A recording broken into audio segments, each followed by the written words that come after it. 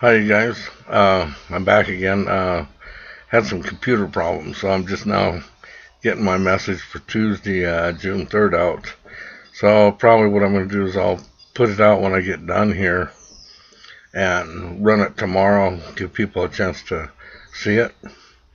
What I'm doing today is I'm sort of tying back into yesterday's about drawing the line in the sand.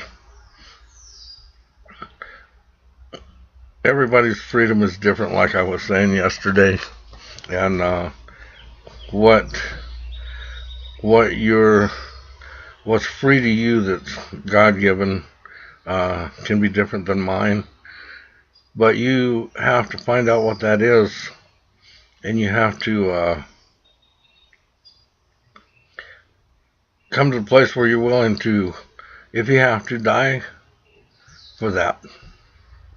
Now, for me, I think a basic one that might work if you can't come up with one is self-preservation. Uh, I know that works for me. I've got others, uh, but mainly, I think the biggest struggle is trying to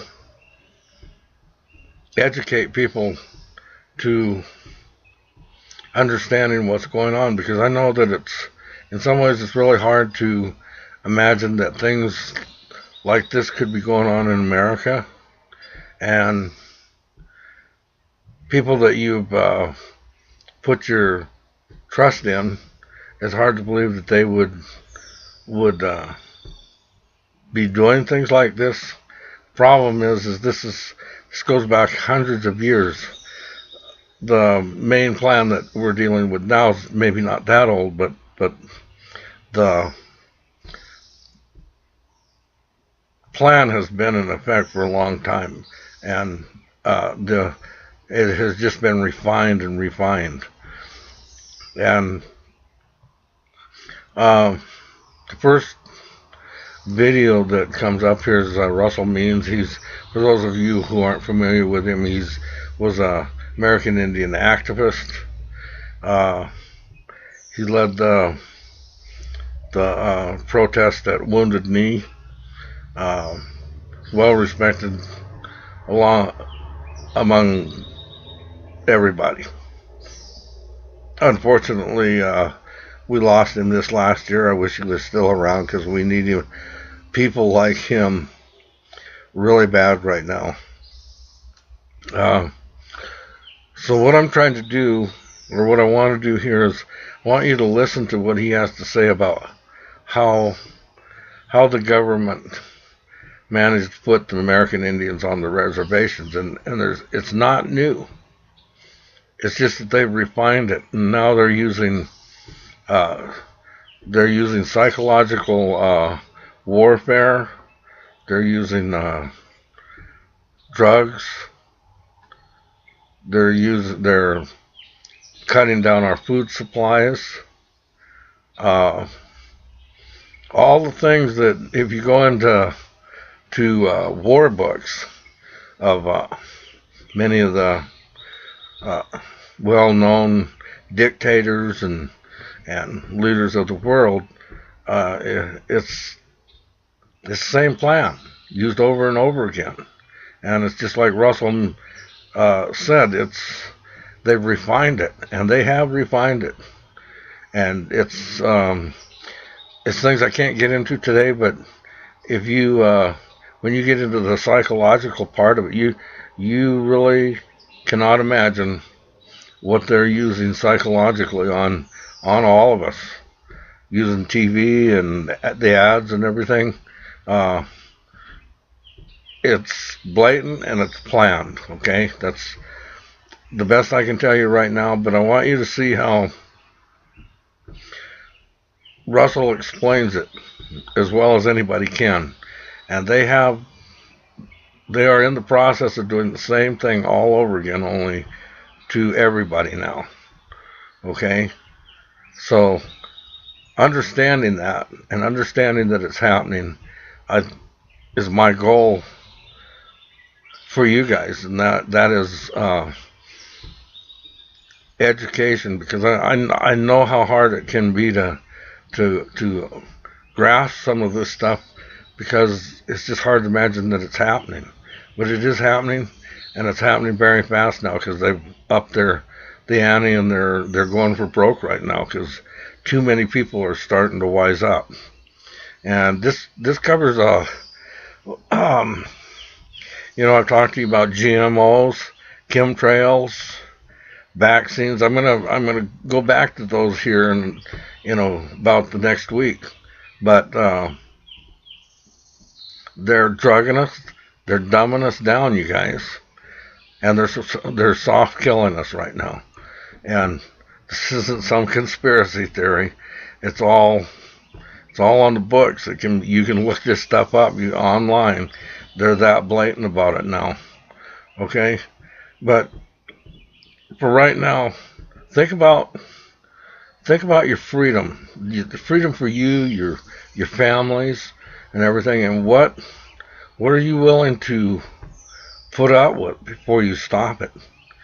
And if you're willing to put up with it too long, will it be too late?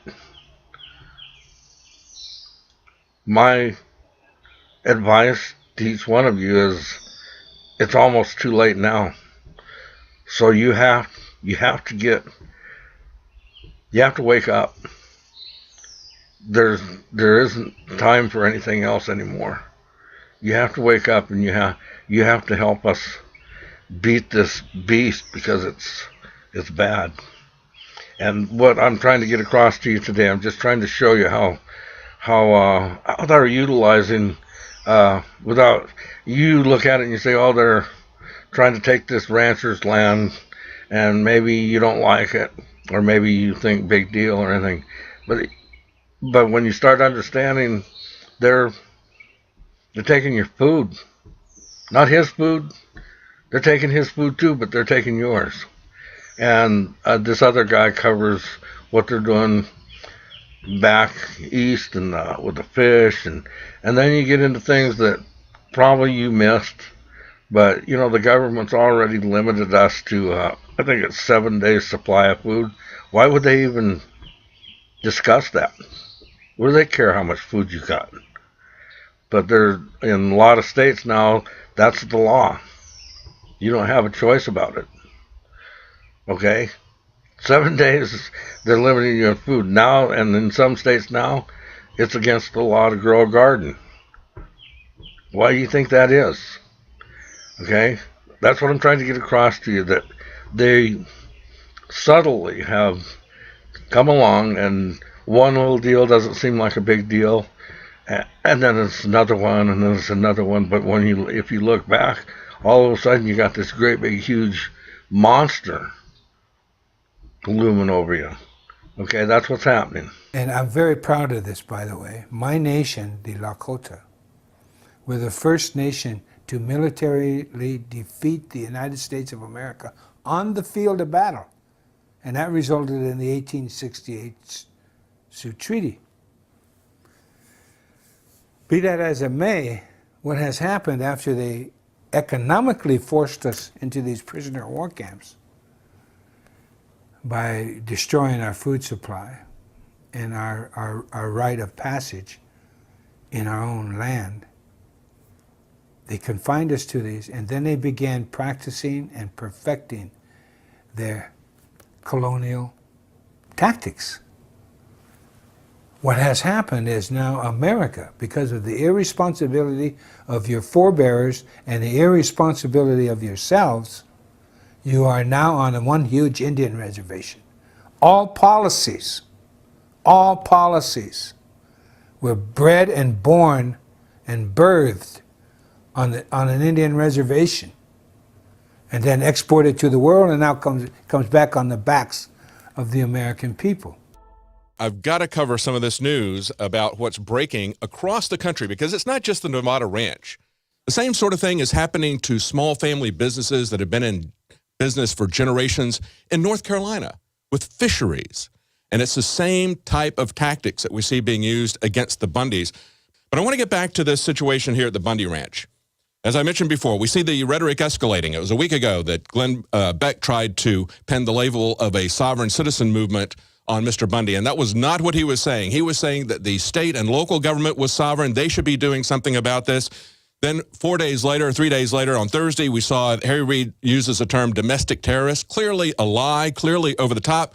Now we've got MSNBC calling the people that were there, calling the Bundys insurgents, escalating this. This is what we saw developing at the Boston bombing last year. It was the Southern Poverty Law Center that was coming in and pushing on that at the time as well. Oh, we think this might be some domestic terrorists. This might be right-wing terrorists. We started exposing that. We started looking at crowdsourcing investigations, pictures that we're putting up, showing how they were setting this thing up, and they canceled their press conferences and went with a different story, using these guys who they'd worked with in the past as patsies. That's what I firmly believe. But let's look at what's going on. Who are the real terrorists here? What we saw at the BLM, I just made a quick list of some of their crimes. Assault with deadly weapons as they were training snipers on people who were unarmed. Battery of protesters, beating them, armed robbery, grand larceny, denial of civil rights in the free speech areas, impersonating an officer. That's right, impersonating an officer. We have Congressman Steve Stockman from Texas, who wrote a letter and said, you know what? When you have to use law enforcement, the law says you shall contract with local law enforcement, not do it yourself. Take a look at this story out of North Carolina. We've got North Carolina fish houses are navigating a variety of issues. This is a story from Journal Now. This is a family business of fishermen, L.T. Everett and Sons, that ceased operation December 31st after 67 years in business. Why were they put out of business? Same reason that the ranchers in the Bundy area and Bunkerville were put out of business. Of course, the Bundy family has been there for 140 years. Listen to what happened to these fishermen who, after 67 years in a family business. Estelle Brothers now, who took over from the father, he cited a decrease in product due to state and federal regulations that affect many of the fish that they sold, like sea bass, grouper, flounder, red drum. He said they cut down the allocations. We just couldn't get enough seafood to keep going. That was what was happening at the Bundy Ranch. They came in when they started this and saying, we're going to protect these endangered species, the desert tortoise. What they did was they came in and they cut the allocations by 90%. Can you keep your business in effect if your business is immediately cut by 90%? If they cut it by the times of year, taking your cattle off of the land at the peak times, and that's what they're doing to these fishermen here. They're cutting it down. And let me explain something to you. When they put these regulations on, they're not just putting out family businesses that have been in business for generations. They're also erecting barriers to make sure that there aren't going to be any new small businesses that are going to be competing with the multinational and international businesses that they're protecting. Listen to this quote here. They say that high fuel prices can make it unprofitable for fishermen to run their boats for smaller harvests. That's right. They have this overhead cost. If you cut down the amount of fish that they can get, they can't do that. And seafood imports compete with seafood caught in the United States. See, in these international waters where they're going in and fishing and then coming back and selling them into the United States or bringing them in with open free trade agreements, quote unquote, that they prefer the international companies, they're putting out the small businessman. They're turning us over to the corporate food production. And this is something that is not going to come back. And if you think it's just about businesses and you don't basically like people who have their own business because maybe you extrapolate the sins of the giant corporations to the small businessmen in your neighborhood, this is not just about that. This is about your food supply. They're cutting down the fish. They're cutting down the beef. That's just two industries right there. If you get into it, you can and start looking at what's happening. They're killing energy market. One of the ideas, and even I'll have to look it up again and find it, but even Obama said that he wanted to drive everybody into the city and get them out of the rural areas, that they don't belong out there anyway. And I read somewhere where they've got already constructing these 400 square foot complexes that you're going to get to live in.